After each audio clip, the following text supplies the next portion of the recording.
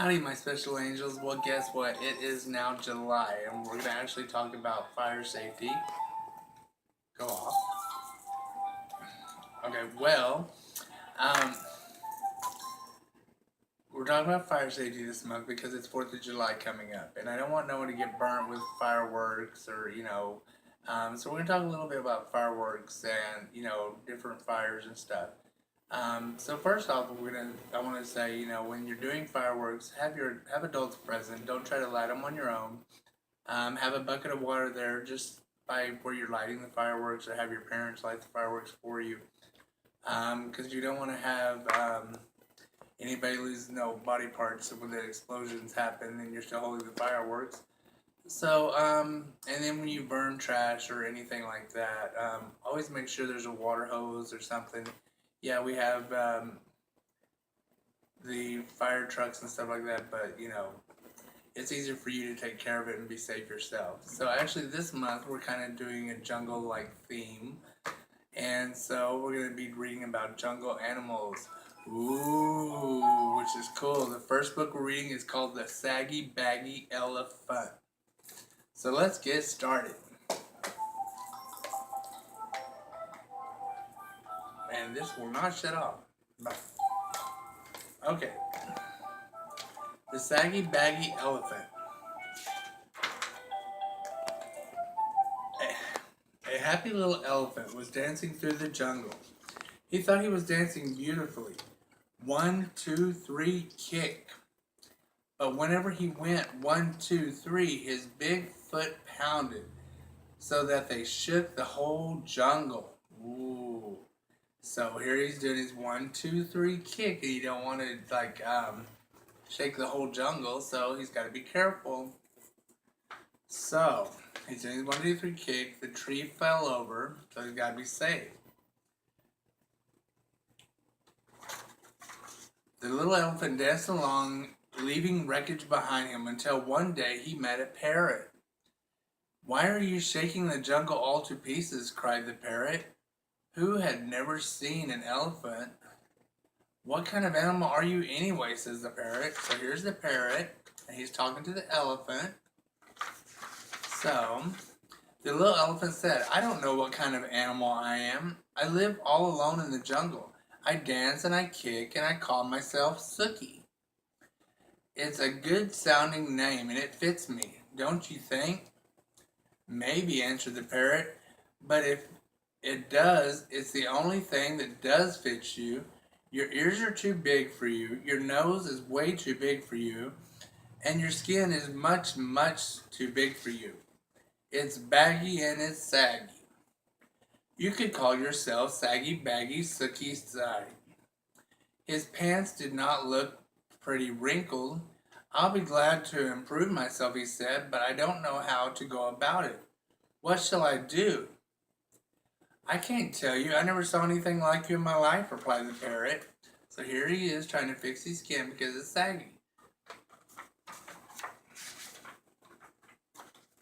The little elephant tried to smooth out his skin. He rubbed with his trunk. That did no good. So here's where he's trying to smooth out his skin. He pulled up his pants legs, but they fell right back into a dozen of wrinkles. It was very disappointing, and the parrot's saucy laugh did not help a bit. Just then a tiger came walking along. He was beautiful, sleek, orange and black striped tiger. His skin fit him like a glove. So here's the parrot. He's making fun of the elephant. It's never good to make fun of other people or other friends that you have just because they're different. And here's the little tiger talking to the elephant. Sookie rushed up to him and said, "Tiger, please tell me why your skin fits so well." The parrot says, "Mine is baggy and saggy, and I do want to make it fit like yours." The tiger did not care a fig about Sookie's troubles, but he did feel flattered and important, and he did feel just a little bit mite hungry, because tigers eat elephants, and it's a baby elephant. "My skin always did fit," said the tiger. "Maybe it's because I take a lot of exercise. But added the tiger. If you don't care for exercise, I shall be delighted to nibble a few of those extra pounds of your skin off for you. Oh, no, no, thank you. No, thank you, cried Snooky. I love exercise. Just watch me. Snooky ran until he was well beyond reach. He was running to get away from the tiger from trying to eat him. So, then he did somersaults and rolled on his back. He walked on his hind legs and walked on his front legs. When Snooky wandered down to the river to get a big drink of water, he met the parrot. The parrot laughed harder than ever. So here the parrot is making fun of him all again. Well, I tried exercising, said the little elephant. Now I don't know what to do. Soak in the water the way the crocodile does, laughed the parrot. Maybe your skin will shrink. So Snooky tramped straight into the water. So here's the parrot making fun of him again. It's never good to make fun of other people or other things. And here's Snooky. He's trying to get in the water to make his skin shrink. So, but before he soaked nearly long enough to shrink his skin, a great big crocodile came swimming up, snapping his fierce jaws and looking greedily at Snooky's tender ears. So here's the little crocodile, and here's Snooky trying to soak in the water to shrink his skin. Well, the little elephant clambered up the bank and ran away feeling very discouraged. I better hide in a dark place where my bags and sags and creases and wrinkles won't show, he said. By and by he found a deep, dark cave, and with a heavy sigh he tramped inside and sat down. So here's him running from the alligator, and here's him finding the nice little place to relax. Suddenly he heard a fierce growling and grumbling and snarling. He peeped out of the cave and saw a lion paddling down the path. I'm hungry, roared the lion. I haven't had a thing to eat today. Nothing except a thin, bony antelope and a puny monkey and a buffalo, but such a tough one, and 2 turtles. But you can't count turtles. They're nothing much to eat between those saucers they wear for clothes. I'm hungry, cried the elephant. I'm hungry, cried the lion. I could eat an elephant. And he began to pad straight toward the dark cave where the little elephant was hidden. This is the end of me, sags, bags, wrinkles, and all, thought Snooky, and he let out one last trumpeting bellow. So here's the lion, and he's going to eat Snooky, because he knows where Snooky's hiding. Just as he did, the jungle was filled with a terrible crashing and awful stomping.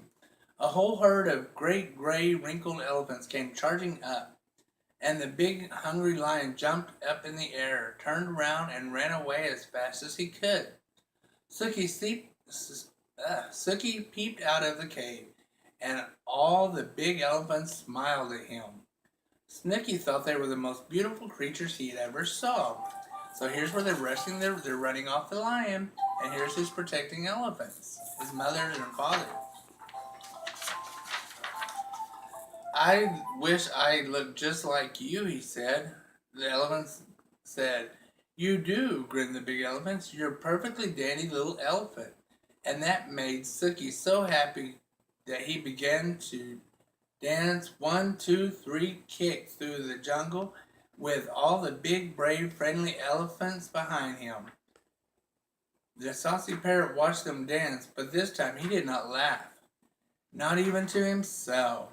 So here's all the little elephants protecting little Snooky, and over here's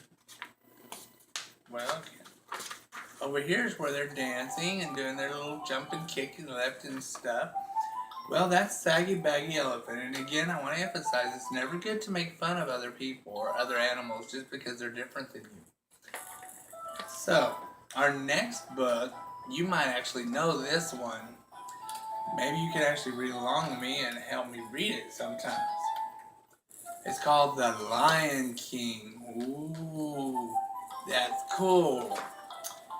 Well, The Lion King is by Disney. It's a beautiful morning in the Pride lands of Africa. Animals are all around, gather at the Pride Rock. Mufasa, the king, and the Queen Safari are presenting their new baby cub named Simba. One day, Simba will rule over the Pride lands like his father.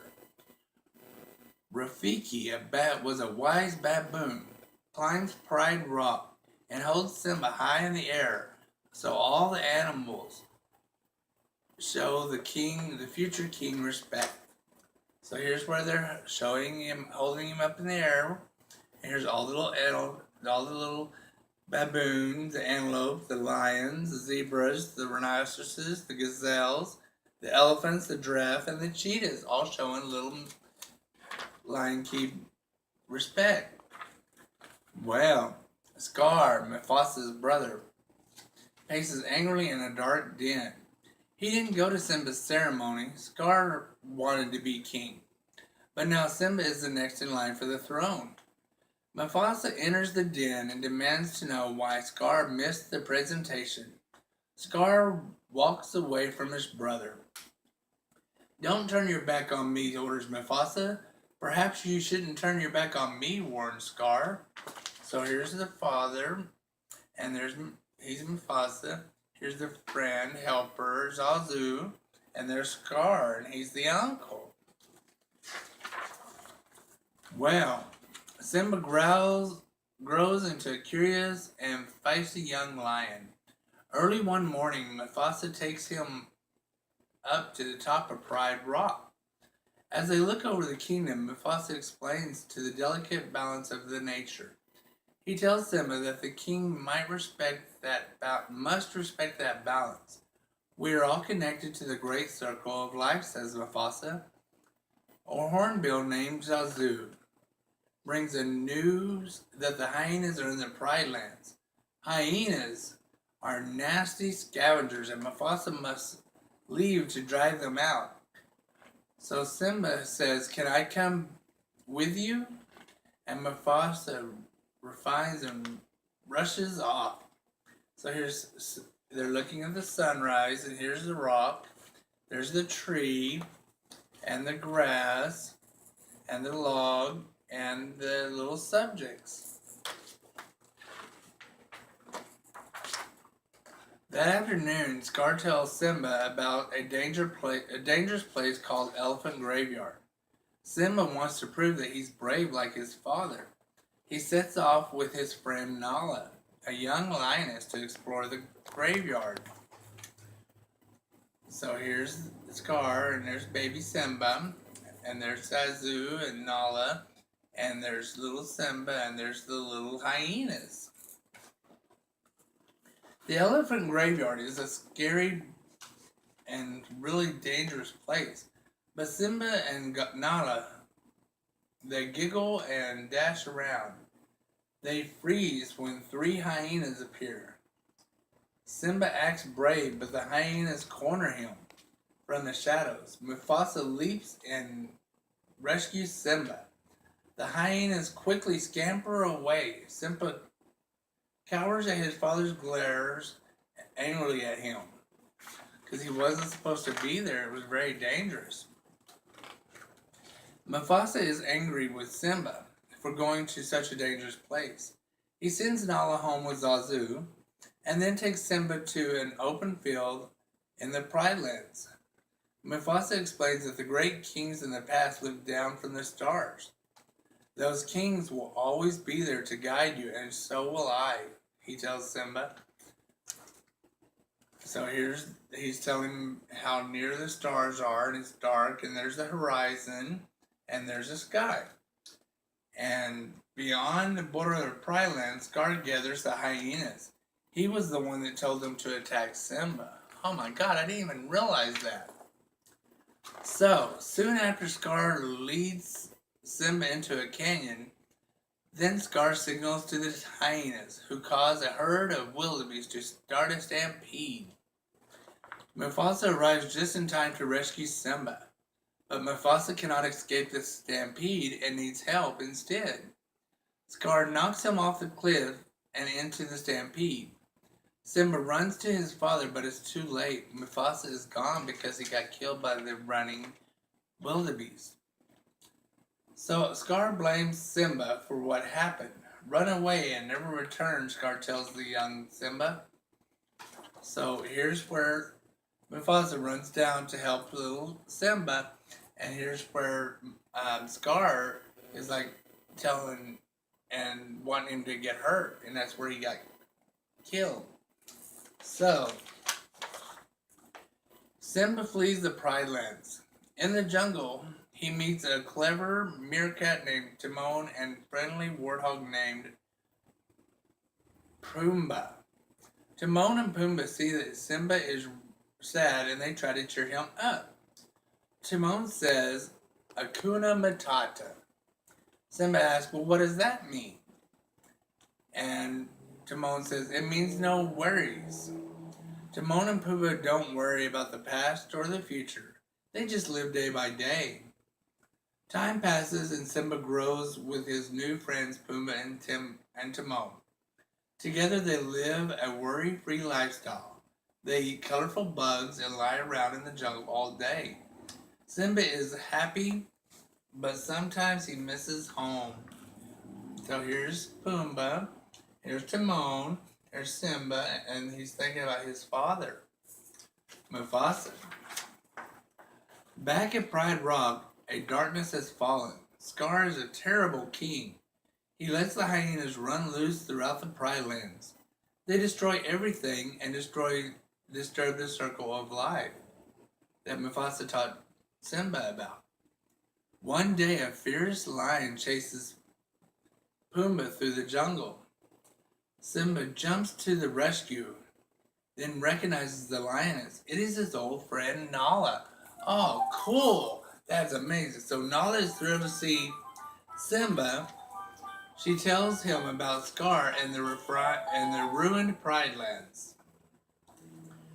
Nala asks Simba to return and take back the throne. Simba turns his back and walks away. He doesn't want to be king. So here's Scar. He's standing on top of Pride Rock. And there's Timon, and there's Pumbaa, and there's Nala, and there's Simba. They're adults now. Confused and upset, Simba paces in a field. Rafiki, the wise baboon from the Pride Land, arrives and leads Simba to a clearing. Suddenly the clouds begin to rumble and the image of Mufasa appears in the sky. Remember how Mufasa was telling Simba about the stars and their ancestors watching over him? Well, now Mufasa's in the sky and he's telling Simba, and watching over him. You must take your place in the circle of life, says Mufasa's voice. Remember who you are. You are my son and the one true king. Simba realized that it is time to go home and take his place as king. He races off to Pride Rock. So here's Mufasa up in the sky, and here's Simba, a big adult lion now, and here's Rafiki, the little baboon. Gloomy clouds hung over the Pride Land. Simba finds Scar at Pride Rock. A crowd of lionesses and hyenas gather as the two mighty lions face each other. Scar and Simba fight. As Simba corners Scar, Scar tries to blame the hyenas for ruining the Pride Lands. The hyenas hear this and they are furious. They turn against Scar and the battle is over. Simba finally takes his rightful place as king. Over time, the Pride Lands recover from Scar's terrible rule. The grass grows back and all the animals return. Simba and his friends gather at Pride Rock to watch the sun shine down on the Pride Lands once again. Simba grows to be a great king, just like his father. So here's where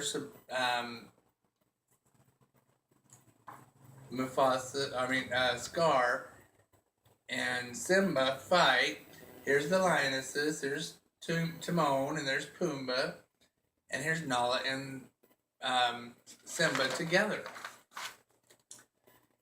It's another beautiful morning as King Simba and Queen Nala climb to the top of Pride Rock. Rafiki is with them. I wonder what Rafiki's doing and what Simba and Nala have. Well, holding their new baby cub in their arms, giraffes, zebras, and elephants gather below. Rafiki walks slowly to the edge of the rock.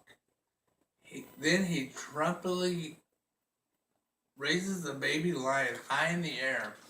One day this cub will rule Pride Lands. The circle of life continues. So here's Simba and Nala and Rafiki and the new baby.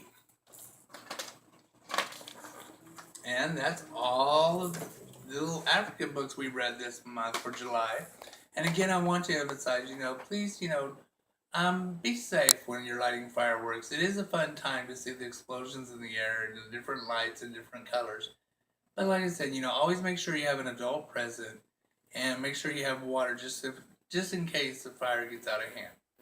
So that's July for you. And as always, remember when you thank Pink, thanking me. Love you all. Alize. Have a nice day.